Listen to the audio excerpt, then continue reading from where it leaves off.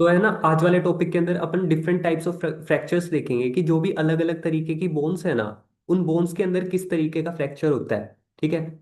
और एक लास्ट अपना टॉपिक बचेगा कि जो बोन होती है वो हील किस तरीके से होती है। जैसे कल की प्रीवियस क्लास में अपन ने बात करी थी कि किस तरीके से अपने को उसका मैनेजमेंट करना है, कि अगर बोन ब्रेक हो चुकी है तो वो ठीक कैसे होगी, कैसे अपने को ट्रीट करना है। लेकिन इस क्लास में अपन देखेंगे कि जो बोन हील होती है, जो अपने आप उसके अंदर फिजियोलॉजिकल चेंजेस होते हैं, वो किस तरीके के फिजियोलॉजिकल चेंजेस उसमें अपने को देखने को मिलेंगे। ठीक है।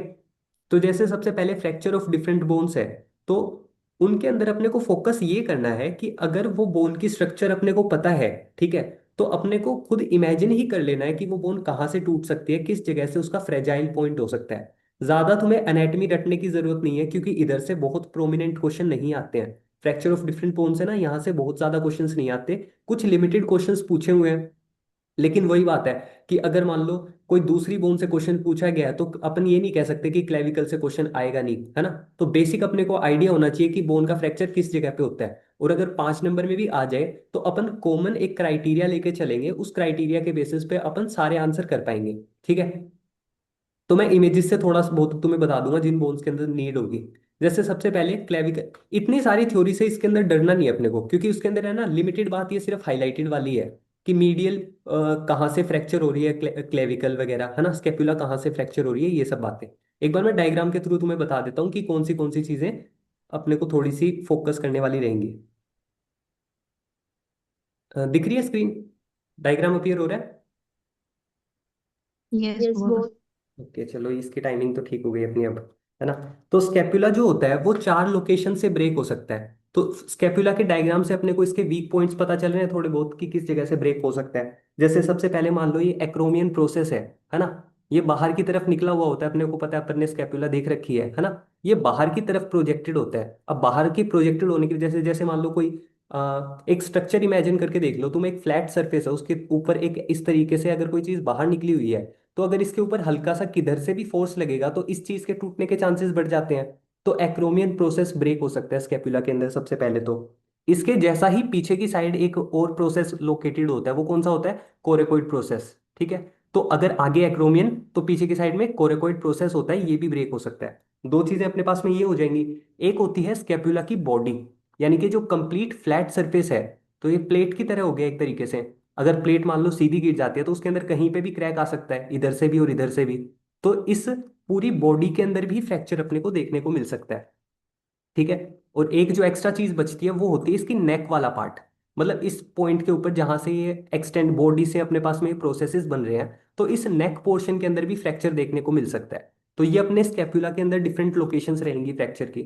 अपन थ्योरी के अंदर भी जाएंगे, लेकिन थ्योरी डायरेक्ट देखेंगे ना तो अपन इमेजिन नहीं कर पाएंगे कि फ्रैक्चर कौन सी जगह पे हुआ है। ठीक है। तो इस वजह से डायग्राम पता होना थोड़ा सा माइंड में रहना जरूरी है।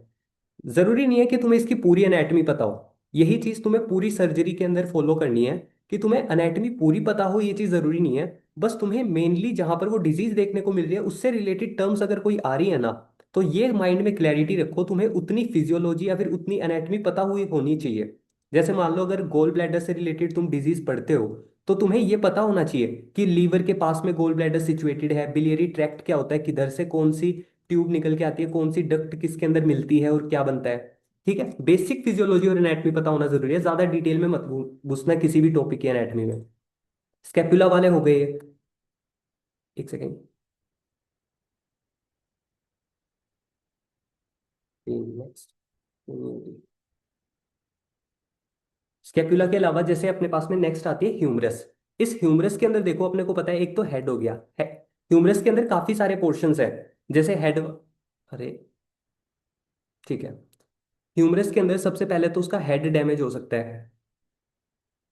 ठीक है। ये वाला पोर्शन है, हेड डैमेज हो सकता है। ह्यूमरस क्योंकि लॉन्ग बोन होती है, तो लॉन्ग बोन होने की वजह से इसके शाफ्ट के अंदर भी कहीं पे भी ब्रेक आ सकता है। शाफ्ट समझ गए ना, जो भी इसकी लॉन्ग लेंथ होती है उसको शाफ्ट बोलेंगे, तो शाफ्ट के अंदर भी कहीं पे भी फ्रैक्चर अपने को देखने को मिल सकता है। ह्यूमरस के अंदर अपने पास में काफी सारी लोकेशंस आएंगी। ठीक है। तो उनके नाम देख के अपने को लगेगा कि काफी कॉम्प्लेक्स नाम है, लेकिन वो आपस में सारे के सारे रिलेटेड से होंगे। जैसे एक तो इसके अंदर 4 तरीके के कॉन्डाइल्स अपने को देखने को मिलते हैं। Lateral supracondylar, medial supracondylar region होता है एक। ठीक है। इसके साथ साथ लेटरल एपिकोंडाइल होता है और मीडियल एपिकोंडाइल होता है। ठीक है। तो एक कॉन्डाइलर रीजन क्या होते हैं, जैसे ह्यूमरस वाली बोन जो अपनी कोहनी के पास में पहुंचती है ना, तो वो कोहनी के पास में पहुंचकर ये वाला रीजन अपना डेवलप्ड रहता है। इसके अंदर दो चीजें अपने को लेटरल देखने को मिलेंगी और दो मीडियल देखने को मिलेंगी, एक मीडियल सुप्राकोंडाइल और मीडियल एपिकोंडाइल। वैसे ही लेटरल सुप्राकोंडाइल और लेटरल एपिकोंडाइल। ठीक है, चार लोकेशंस अपने पास में ये वाली हैं। क्योंकि अब मान लो अगर कोई गिरा और वो कोहनी के बल गिरा, तो पॉसिबल है कि फ्रैक्चर इस कॉन्डाइल के ऊपर हो जाए, यहाँ पे हो जाए, इस जगह पे भी फ्रैक्चर हो सकता है और इस जगह पे भी हो सकता है। एक तरीके से इस तरीके की शेप रहती है हमारी कोहनी के पास में। ठीक है, तो यहाँ पे कोई सा भी बॉर्डर इसके अंदर फ्रैक्चर हो सकता है। तो अपने को चार लोकेशंस तो ये याद रह जाएंगी। ठीक है, रटने की जरूरत नहीं है कहीं पे भी। दो ही टर्म्स है, मीडियल और लेटरल, इनके अंदर ही एक सुप्रा और एक एपिकोंडाइल। ओके, एक अपने पास में इसका शाफ्ट हो ही गया था। एक होती है इसकी सर्जिकल नेक। अपने को पता है कि ह्यूमरस के अंदर दो तरीके की नेक होती हैं, एक तो होती है सर्जिकल नेक, ठीक है, और एक होती है हमारे पास दूसरी एनाटॉमिकल नेक। अगर तुम्हारा क्वेश्चन आ जाता है किसके अंदर, एमसीक्यू के अंदर, कि साइट ऑफ ह्यूमरस फ्रैक्चर इनमें से कौन सी है, ठीक है, पहला ऑप्शन दे दे सर्जिकल नेक, या फिर दूसरा एनाटॉमिकल नेक, थर्ड और फोर्थ ऑप्शन आ जाए कि बोथ ऑफ दीज या फिर नन ऑफ दी अबव, तो उसके अंदर तुम्हारा सर्जिकल नेक ही आंसर जाएगा, अनएटमिकल नेक नहीं जाएगा। ठीक है, सर्जिकल नेक कौन सी लोकेशन होती है, जहां पे जो हेड ऑफ ह्यूमरस होता है, इस हेड ऑफ ह्यूमरस से नीचे वाली जो लोकेशन होती है, ठीक है, ये वाले अपनी क्या रहेगी, हेड ऑफ ह्यूमरस से नीचे वाली लोकेशन ये क्या होगी अपने पास में, सर्जिकल नेक। ठीक है, सॉरी, एक कंफ्यूजन हो गई मेरे को, एक मिनट। बिलो ट्यूबरकल्स, ओके, ये है ना ग्रेटर ट्यूबरकल और लेसर ट्यूबरकल। ये दोनों ट्यूबरकल्स के नीचे ये वाली जो लोकेशन है, ये होती है अपनी site of fracture. Head of humerus के नीचे वाली नहीं होगी, वो गलत बता दिया मैंने। एनाटमिकल वाली नहीं होती, एनाटमिकल वाली नहीं होती, यहाँ पे अपने पास में सर्जिकल नेक होगी, ये वाली नेक होगी जिसके अंदर फ्रैक्चर देखने को मिलेगा। ठीक है, एक बार रिपीट कर देता हूँ ये पॉइंट ताकि कंफ्यूजन क्लियर हो जाए। ओके, ये जो अपनी सर्जिकल नेक होती है ना, यही साइट होती है साइट ऑफ फ्रैक्चर। ये कहाँ पे होती है, ग्रेटर ट्यूबरकल और लेसर ट्यूबरकल के नीचे की साइड में, ये ब्लैक वाली लाइन दिख रही है ना नीचे वाली, ये होती है। तुम तो ये ध्यान रख लेना, सर्जरी के अंदर ये टॉपिक अपन पढ़ रहे हैं, तो सर्जिकल वाली नेक होगी जिसके अंदर फ्रैक्चर होता है, इससे ज्यादा तुम्हें याद रखने की जरूरत नहीं है। ठीक है,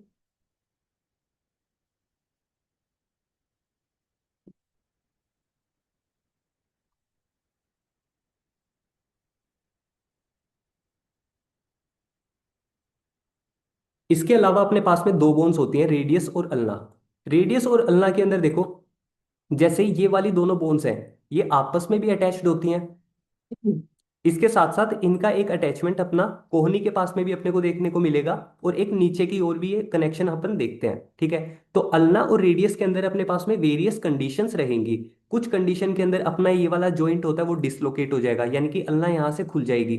ठीक है, कुछ फ्रैक्चर के अंदर कोई सी भी बोन ऊपर से टूट सकती है, कोई भी बोन नीचे से टूट सकती है, या फिर मान लो कोई जमीन पर गिर गया और जमीन पर गिरकर उसका हाथ जो है, ये वाला जो हाथ है, वो आगे की तरफ या फिर पीछे की तरफ फोल्ड हो गया।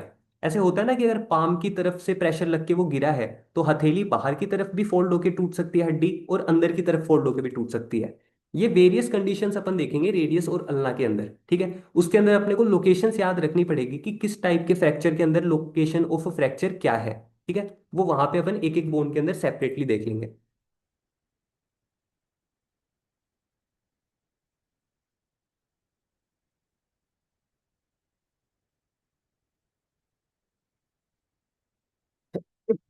नेक्स्ट अपने पास में आता है एक ये फीमर। फीमर के अंदर क्या होता है, दो तरीके के ट्रोकेंटर होते हैं अपने पास में, ग्रेटर ट्रोकेंटर और लेसर ट्रोकेंटर। अब इन दोनों के बीच की ये वाली जो लोकेशन रह जाती है ना, टेंशन मत लेना, उसके अंदर डायग्राम्स के थ्रू अलग से भी बताऊंगा। एक तुम्हारे यूज टू जो डायग्राम्स होते हैं वो वाले डायग्राम्स दिखा के एक बार बता रहा हूँ, ताकि थोड़ा बहुत माइंड के अंदर इजीली सेटल होगी बात। जो ग्रेटर ट्रोकेंटर है और लेसर ट्रोकेंटर है, ये दोनों हार्ड पार्ट्स हो गए एक तरीके से। तो इनके बीच का ये वाला जो पोर्शन हो जाता है ना, ये फ्रेजाइल रहेगा, इसके टूटने की संभावना ज्यादा रहती है। तो इन दोनों ट्रोकेंटर्स के बीच में फ्रैक्चर होने का चांस अपना इंक्रीज हो जाएगा। एक अपने को साफ साफ दिख रहा है कि ये वाली नेक जो है, उसके भी चारों तरफ एकदम हार्ड पोर्शंस हैं, तो वो उसके टूटने के चांसेस ज्यादा हो जाते हैं। तो एक यहाँ पर फीमर के अंदर, फीमर जो अपनी थाई के अंदर प्रेजेंट होगी, ठीक है, वहां पे उसकी नेक भी ब्रेक हो सकती है, और दूसरा इन ट्रोकेंटर के बीच की जो लोकेशन है वो भी ब्रेक हो सकती है। और एक अपने पास के अंदर, इसके अंदर फीमर में ये जो इसका शाफ्ट रहेगा ना पूरा नीचे तक, उस शाफ्ट के अंदर भी कहीं पे भी फ्रैक्चर अपने को देखने को मिल सकता है। ठीक है, तो कंफ्यूजन नहीं होनी चाहिए। अगर पैर के बोन की फ्रैक्चर की अपन बात कर रहे हैं तो उसके अंदर अपने पास में तीन ही लोकेशंस हैं। एक तो नेक वाली, एक दोनों ट्रोकेंटर के बीच में, और एक शाफ्ट के अंदर। दूसरी जो अपने पास में ह्यूमरस आई थी, वो ह्यूमरस अपने को कंफ्यूज करती है फीमर के साथ में कई बार। ठीक है, तो ध्यान रखना है जो मल्टीपल फ्रैक्चर्स थे वो अपने किसके अंदर थे, ह्यूमरस के अंदर। कि कोहनी के पास में अगर जो फ्रैक्चर होगा उसके होने के चांसेस ज्यादा हैं। ठीक है, ऐसे मान लेना अगर तुम गिरते हो तो तुम्हारी अपर बॉडी क्या करती है, तुम्हें रोकने की कोशिश करती है उस प्रेशर से, है ना। तो हाथ टिकेंगे सबसे पहले, तो हाथों के टिकने की वजह से कोहनी के पास में फ्रैक्चर्स होंगे, उनके होने के चांसेस ज्यादा हैं। ठीक है, इसकी बात हो गई। बोन बच्ची का इनके अंदर। ठीक है, देखो कोल फ्रैक्चर और स्मिथ फ्रैक्चर है ना, मैं आगे समझाऊंगा। लेकिन थोड़ा सा ध्यान रखना कि कोल फ्रैक्चर के अंदर और स्मिथ फ्रैक्चर फ्रैक्चर के अंदर जब भी बोन के अंदर कोई फ्रैक्चर हो रहा है तो हाथ इस तरीके से घूमेगा। ठीक है, एक अपने पास में आगे जाकर एक सैडल फ्रैक्चर आएगा। तो सैडल फ्रैक्चर होता क्या है, उसके लिए डायग्राम रखा है कि घोड़े के ऊपर जो बैठने वाली जो जगह होती है ना, उसके अंदर ये जिस पोजीशन के अंदर बैठा जाता है, यानी कि दोनों तरफ एक एक पैर खोल के। ठीक है, तो ये जो पोजीशन होती है इस वजह से उस एक फ्रैक्चर का नाम आएगा, वो सैडल फ्रैक्चर होता है। इस पोजीशन को सैडल बोल रहे हैं एक तरीके से, ऐसे समझ के चलो। ठीक है, अब एक एक फ्रैक्चर के बारे में अपन डिटेल में बात करते हैं। जैसे सबसे पहले अपने पास में है क्लेविकल बोन, उसका मैंने डायग्राम नहीं रखा था क्योंकि वो तुम इजीली समझ सकते हो। क्लेविकल इस तरीके से एक लॉन्ग बोन होती है, ऐसे इतनी सी शेप है इसकी। ठीक है, इससे ज्यादा ये है नहीं। यानी कि ऐसा मान लो ये स्टर्नम है, अपनी मिड बॉडी है। ठीक है, ये दोनों तरफ में अपनी क्लेविकल प्रेजेंट है। ये क्लेविकल मीडियल से टू थर्ड लोकेशन के ऊपर, मतलब मीडियल से जो डिस्टेंस है वो कितना है, ज्यादा है। और लेटरल साइड से वन थर्ड लोकेशन के ऊपर। ठीक है, यहां से वन पार्ट, इधर से टू पार्ट। यहां पे फ्रैक्चर इसके अंदर मोस्ट कॉमनली देखने को मिलता है, किसके अंदर, क्लेविकल के अंदर। और ये किस वजह से होता है कि अगर मान लो कोई शोल्डर के थ्रू गिर जाए, अगर मान लो किसी को धक्का लग गया और वो अपने शोल्डर के बल गिरा, उसके हाथ खुले हुए थे। ठीक है, तो उसकी वजह से प्रेशर इन हाथों के थ्रू सीधा का सीधा कहां पे आएगा, इस क्लेविकल के ऊपर आएगा। ठीक है, और जैसे तुम खुद सोच के देखो, अगर इस तरीके को कोई डंडी, अगर या फिर कोई भी लकड़ी का डंडा है, उसके ऊपर तुमने किसी तरीके से फोर्स लगाया, तो फोर्स तो ये बाहर की तरफ से लग रहा था उसके ऊपर। तो बाहर की तरफ फोर्स लगने की वजह से बाहर की तरफ से जो ब्रेक होगा वो पास में होगा। इस वजह से 1/3 किस लोकेशन से है, 1/3 ऑफ क्लेविकल टूटेगी किस तरफ से, लिटरल साइड से। तो ये एमसीक्यू के अंदर ये एक्सपेक्ट कर सकते हो, ये वाला क्वेश्चन देखने को मिल सकता है कि मीडियल टू थर्ड किधर होगी और लेटरल वन थर्ड किधर होगी। क्योंकि क्लेविकल की जो फ्रैक्चर की लोकेशन है वो पूछी गई है पहले भी। तो अगर पूछी गई है तो एमसीक्यू के अंदर भी काफी ऑप्शंस बनाए जा सकते हैं कंफ्यूज करने के लिए, कि मीडियल से वन थर्ड, लेटरल से टू थर्ड, है ना। तो ध्यान रखना कि बाहर की साइड से जो फ्रैक्चर है ना वो पास है, इस वजह से लेटरल वन थर्ड पार्ट से क्लेविकल जो होगी वो ब्रेक होगी। बड़ा क्वेश्चन आता है तो उसके अंदर हर बोन में तुम्हें क्या करना है कि मतलब सबसे पहले तो उसका कोज लिखना है। कोज लगभग सेम रहेगा, कि फॉल की वजह से होगा, ट्रोमा, डायरेक्ट ट्रोमा की वजह से होगा, कुछ में अगर यूनिक होगा तो वो अपन अलग से देख लेंगे। इटियोलॉजी जो अपन देखते हैं हर एक बोन के अंदर वो लिख सकते हैं। क्लिनिकल फीचर अपने पास में कॉमन आ जाएगा, कि रेडनेस हो सकती है, ब्लीडिंग हो सकती है, किस तरीके का फ्रैक्चर है, कि एक्सटर्नल या फिर इंटरनल फ्रैक्चर होता है, उस वजह से उसके अंदर पेन भी प्रेजेंट हो सकता है। डायग्नोसिस के लिए अपन एक्सरे लिख सकते हैं, एमआरआई सीटी स्कैन वगैरह भी लिख सकते हैं। ठीक है, ये कॉमन चीजें आ जाएंगी सबके लिए। और मैनेजमेंट किस तरीके से करना है, जनरल फ्रैक्चर का मैनेजमेंट होता है उसी तरीके से फ्रैक्चर को मैनेज करेंगे। क्लेविकल के अंदर अगर किसी के फ्रैक्चर होता है, ट्रायंगुलर स्लिंग का यूज करते हैं, जो हाथ के अंदर बांधते हैं ना, जो मैंने कल डायग्राम के अंदर भी बताया था तुम्हें। और रिडक्शन करने के लिए ओरिफ का यूज किया जाता है इसमें। ओरिफ टर्म याद रख लो। बाकी अपन ने ओरिफ को वैसे पढ़ा था कि ओपन रिडक्शन, यानी कि तुमने मूवमेंट को रिस्ट्रिक्टेड कैसे करा, ओपन। ओपन का मतलब क्या था, सर्जिकली तुमने उसको ओपन करा और उसके बाद में उसकी मूवमेंट को रोका नट बोल्ट वगैरह यूज करके। ठीक है, और उसके बाद में इंटरनल फिक्सेशन, कि अगर वो ब्रेक हो गई है तो आप उसको खोलकर नट बोल्ट का यूज करके ठीक कर रहे हो। क्लेविकल के फ्रैक्चर के अंदर ये चीज देखने को मिलती है। ठीक है, इसकी साइट ऑफ जो फ्रैक्चर होगी वो अपन ने डिस्कस कर ही ली। इसके अलावा अपने पास में आता है स्कैपुला का फ्रैक्चर। स्कैपुला का मैं डायग्राम तुम्हें एक्सप्लेन कर चुका हूं कि कोरेकोइड प्रोसेस होती है वहां पे फ्रैक्चर देखने को मिल सकता है, एक्रोमियन प्रोसेस में हो सकता है, नेक के अंदर देखने को मिल सकता है, ये वाली जो लोकेशन जहाँ पे जुड़ी हुई है, और बॉडी के अंदर, क्योंकि ये जो पूरी कंप्लीट प्लेट है ये भी ब्रेक हो सकती है। ठीक है, ये अपन डिटेल के अंदर देख चुके कि इन चार लोकेशंस के अंदर अपना स्केपुला फ्रैक्चर हो सकता है। तुम्हें ये नाम नहीं रटने, तुम्हें डायग्राम माइंड में होना चाहिए और उसके बाद में तुम इजीली लिख पाओगे। ठीक है, थोड़ा बहुत ऑप्शन वगैरह चूज करने पड़ेंगे तुम्हें तो। फिर आता है फ्रैक्चर ऑफ ह्यूमरस। इसके अंदर थ्योरी काफी सारी लिख रखी है, लेकिन याद तुम्हें सिंपल सा रहना चाहिए कि चार तरीके के इसके अंदर क्या हो रहे हैं अपने पास में। जो अपन ने एक ट्रेपीजियम टाइप की वो देखी थी, ट्रेपीजियम टाइप का डायग्राम देखा था। ठीक है, इसके अंदर क्या क्या था, लेटरल कोंडाइल हो गया, इंट्रा कोंडाइलर फ्रैक्चर हो गया, कि इन दो कोंडाइल्स के बीच में, एक सुप्रा कोंडाइल है, लेटरल कोंडाइल है, इनके बीच में अगर हो गया तो वो क्या हो गया, इंट्रा कोंडाइलर फ्रैक्चर। एक मीडियल एपिकोंडाइल के ऊपर हो गया, एक सुप्रा कोंडाइलर हो गया। तो चार तो एक कोंडाइल्स वाले फ्रैक्चर्स हैं। ठीक है, एक जो होगा वो ग्रेटर ट्यूबरोसिटी का फ्रैक्चर होगा, एक होगा वो शाफ्ट के ऊपर होगा, यानी कि अगर लेंथ है इस बोन की, तो इस बोन की लेंथ के अंदर कहीं पे भी फ्रैक्चर है वो शाफ्ट के ऊपर फ्रैक्चर हो जाएगा। और एक होगा अपने पास में सर्जिकल नेक के ऊपर। सर्जरी के अंदर अपन पढ़ रहे हैं तो सर्जिकल नेक के ऊपर ही जाएगा, एनाटॉमिकल पे नहीं जाएगा। ठीक है, तो इसको इस तरीके से याद रखना है, 1 2 3 को सेपरेटली और बाकी चार को एक ग्रुप के अंदर याद करेंगे। ये किस वजह से हो सकती है, अगर शोल्डर के ऊपर डायरेक्ट ट्रोमा लग जाए, आउट स्ट्रेच्ड हैंड्स हो, और डायरेक्ट ट्रोमा जो अपन ने क्लेविकल के अंदर देखा, वही सेम कोज है किसका भी, ह्यूमरस का भी। कैसे, क्योंकि ह्यूमरस जो कोहनी वाली है वो सेम तरीके से ही बेंड होती है, और उसी तरीके से हमने को फ्रैक्चर देखने को मिलेगा उसके अंदर। ठीक है, नेक्स्ट अपने पास में है fracture of radius and ulna. ये वाला थोड़ा इंपॉर्टेंट है और थोड़ा सा कॉम्प्लिकेटेड भी है। अगर मान लो बड़ा क्वेश्चन देखने को मिल जाए इसके अंदर, जो कि पॉसिबिलिटी है एक, ठीक है, तो उसके अंदर अपन इस एक न्यूमोनिक से याद रखेंगे इसके अंदर नाम, कि कौन से फ्रैक्चर अपने को इसके अंदर देखने को मिलेंगे। ठीक है, वो न्यूमोनिक की ट्रिक क्या रहेगी, ओ हनीफ मुझे ग्लूकोज लगवाओ। ठीक है, हनीफ मान लो किसी का दोस्त है और उसको ग्लूकोज लगवाने की जरूरत है, तो ओ हनीफ मुझे ग्लूकोज लगवाओ। अब इस ग्लूकोज वाले टर्म को अपन तीन फ्रैक्चर के अंदर काउंट करेंगे। एक दो बार पढ़ोगे उसके बाद में तो तुम्हें ये तीनों नाम वैसे भी याद हो जाएंगे।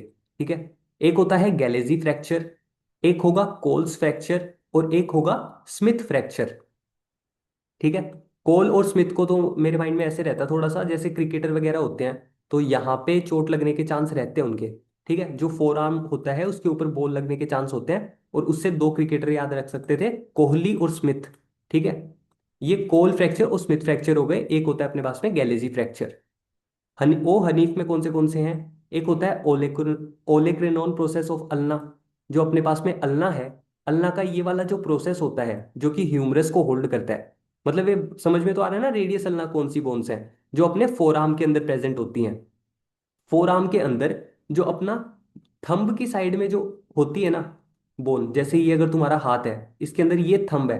ठीक है, और इस तरफ जाके तुम्हारी लिटिल फिंगर आती है इस तरफ। तो लिटिल फिंगर की साइड में जो बोन होती है वो कौन सी होती है अपनी, अल्ना। और थंब की साइड होगी वो कौन सी होगी, रेडियस। ठीक है, तो इस तरीके से हाथ समझ जाओगे। अब जो अल्ना का ये वाला पार्ट होता है ना, वो कनेक्ट होता है ह्यूमरस से। समझ आ रहा है। यस वो। ओके, तो अल्ना का ये वाला जो पार्ट होता है वो ह्यूमरस से कनेक्ट होता है। ह्यूमरस एक तरीके से जो बोल एंड सॉकेट हिंज जॉइंट होता है वैसे तो यहाँ पे, इसके साथ में बनता है ये। जो रेडियस होती है वो अल्ना के साथ में अटैच्ड होती है, रेडियस का कोई खास इन्वॉल्वमेंट उसके साथ में नहीं है, अपन माइंड में रखेंगे।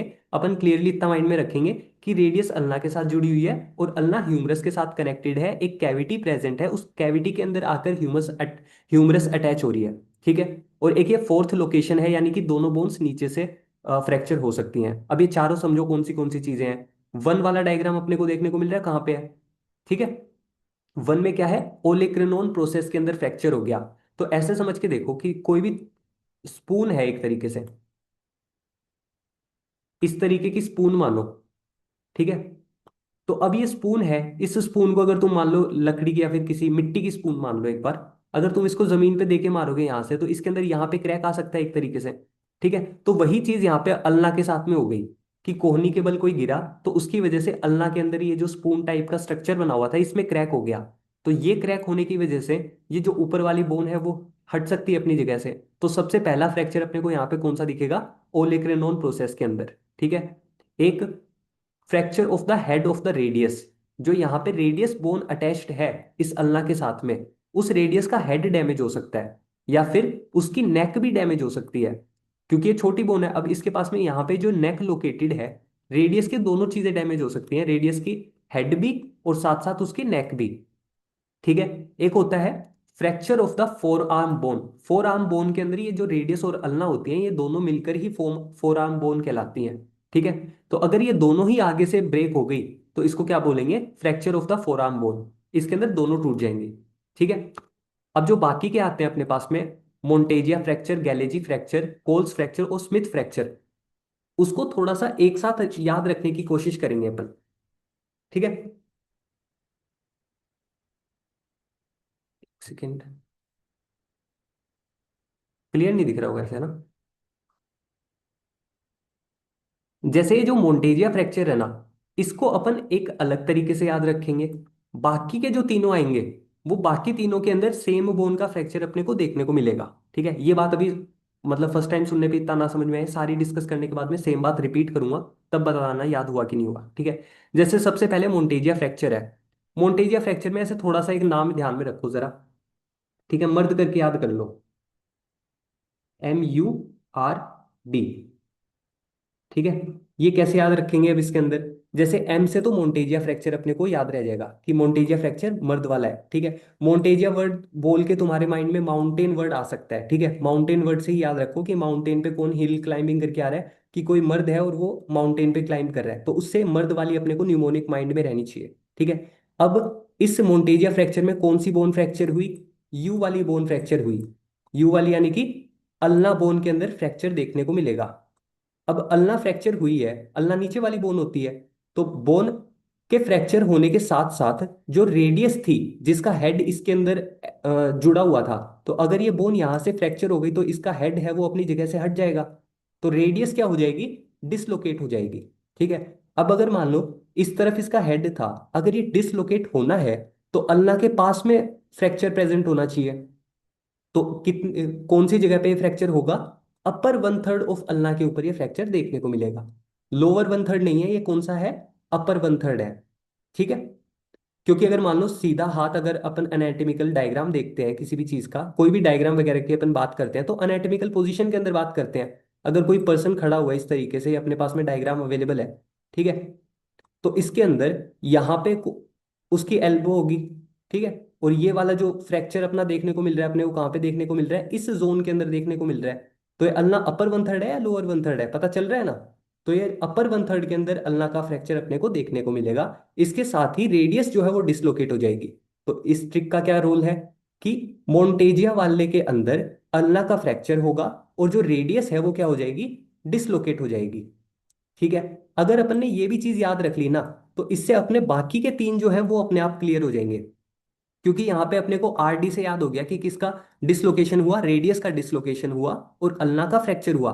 जो बाकी की अपने पास में बची, उन सब के अंदर जो दूसरी बोन है उसका फ्रैक्चर होगा, यानी कि दूसरी बोन अपने पास में कौन सी बच गई, रेडियस बच गई, रेडियस का फ्रैक्चर देखने को मिलेगा। ठीक है। तो अपने को अगर वो वाली न्यूमोनिक याद रहेगी और कोई सा भी पूछ ले, गैलेजी फैक्टर पूछ ले, गैलेजी फ्रैक्चर पूछ ले, तो अपने को ध्यान क्या रहेगा कि मोन्टेजिया फ्रैक्चर के अंदर अल्ना का फ्रैक्चर, बची हुई तीनों, तीनों के अंदर रेडियस का फ्रैक्चर। ठीक है। जैसे कि सबसे पहले आ गया गैलेजी फ्रैक्चर। गैलेजी में रेडियस का फ्रैक्चर होगा, कहां से होगा, लोअर वन थर्ड पार्ट पे। तो इस तरीके से मान लो कि तुम्हारे पास में एक ये शेप प्रेजेंट है। ठीक है। अल्ना वाले के अंदर अपन ने देखा कि यहाँ पे ऊपर की साइड में फ्रैक्चर हो रहा था अपर वन थर्ड रीजन के अंदर।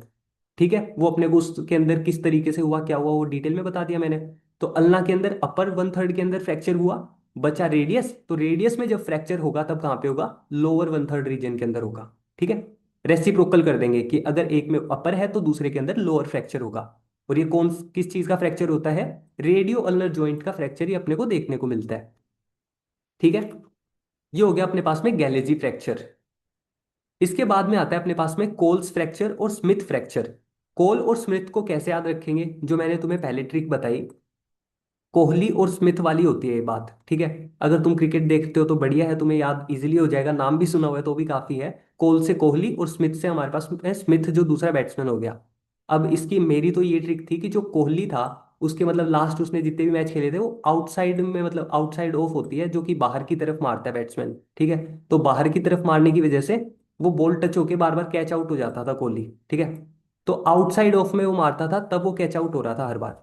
तो कोल्स फ्रैक्चर जो होता है ना, वो आउटवर्ड होता है। मतलब जो मैंने तुम्हें डायग्राम दिखाया था उसमें हथेली नीचे टिका रखी थी एक में, तो जिसमें हथेली बाहर की तरफ टूट रही थी। एक होगा अगर ये हथेली मान लो अंदर की तरफ रह गई, ठीक है। ध्यान है डायग्राम वो वाला किसी को? भूल रहे हो तो फिर से दिखाऊं? याद है बॉस।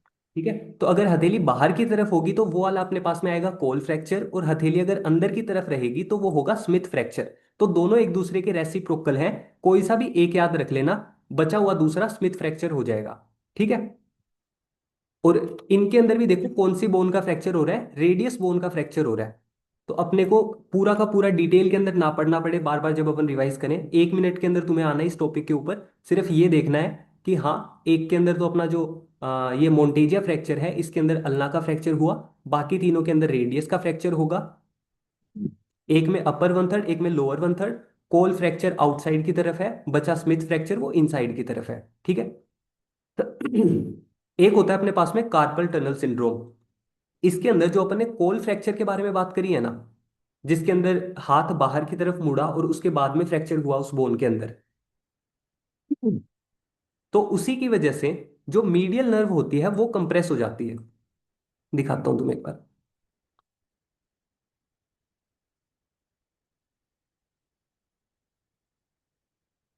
देख लो एक बार फिर से, है ना, स्मिथ फ्रैक्चर के अंदर जो हाथ है वो इस तरफ से मुड़ेगा।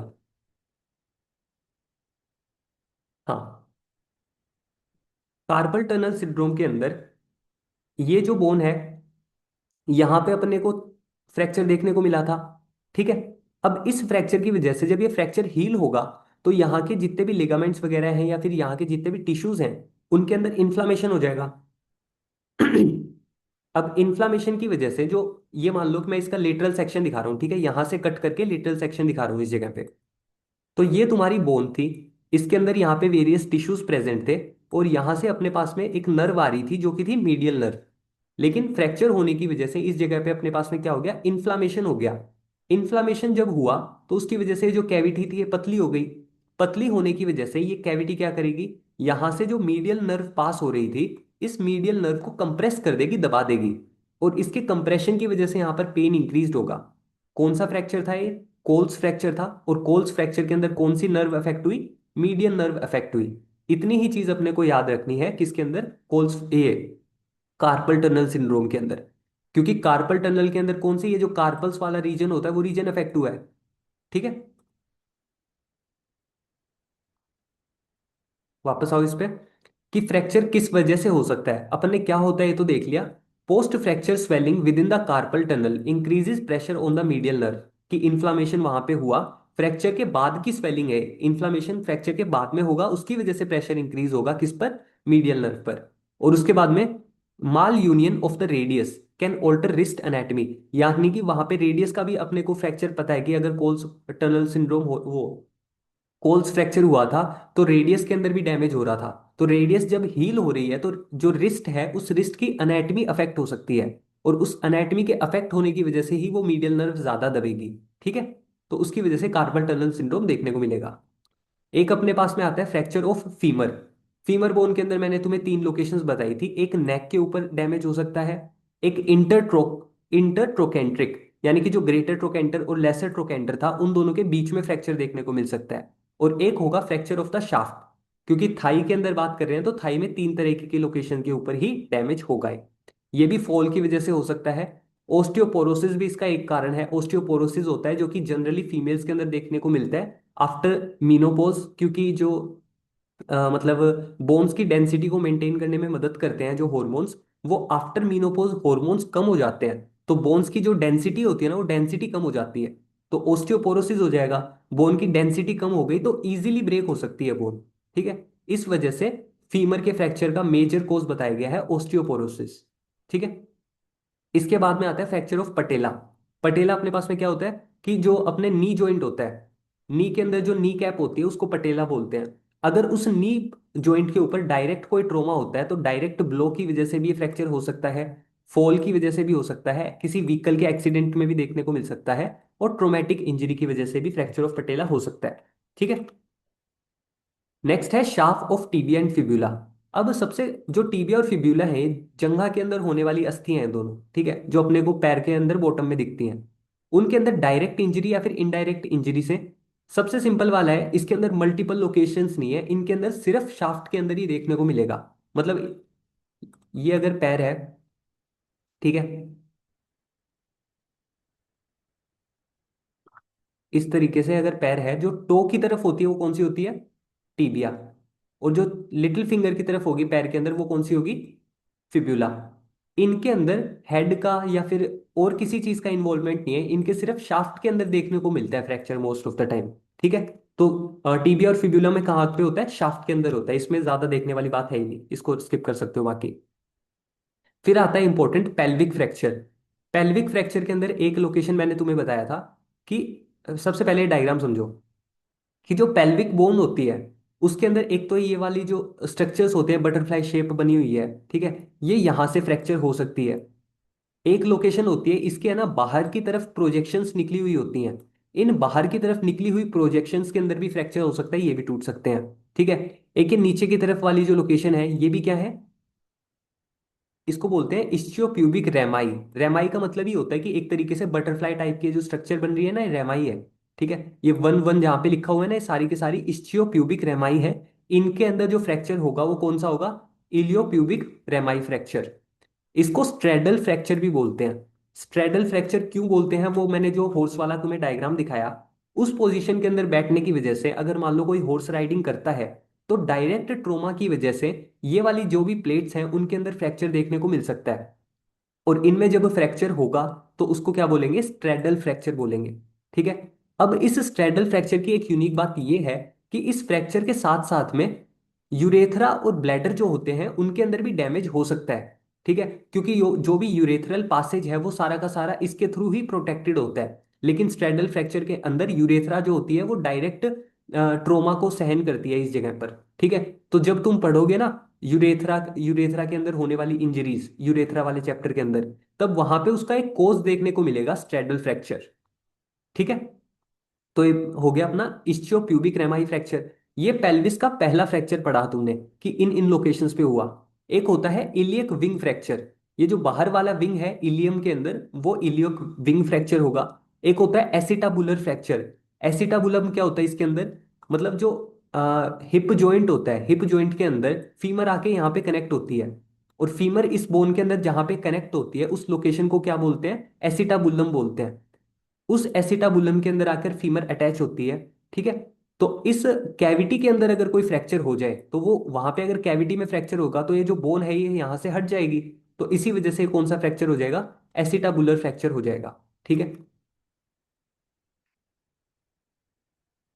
ये हो गए अपने वेरियस टाइप्स ऑफ फ्रैक्चर। अब एक अपना बचा है टॉपिक, वो कौन सा है? जो बोन की मैनेजमेंट वाला है, मैं वापस लिंक भेजता हूँ, उसके अंदर कंटिन्यू करते हैं इसको।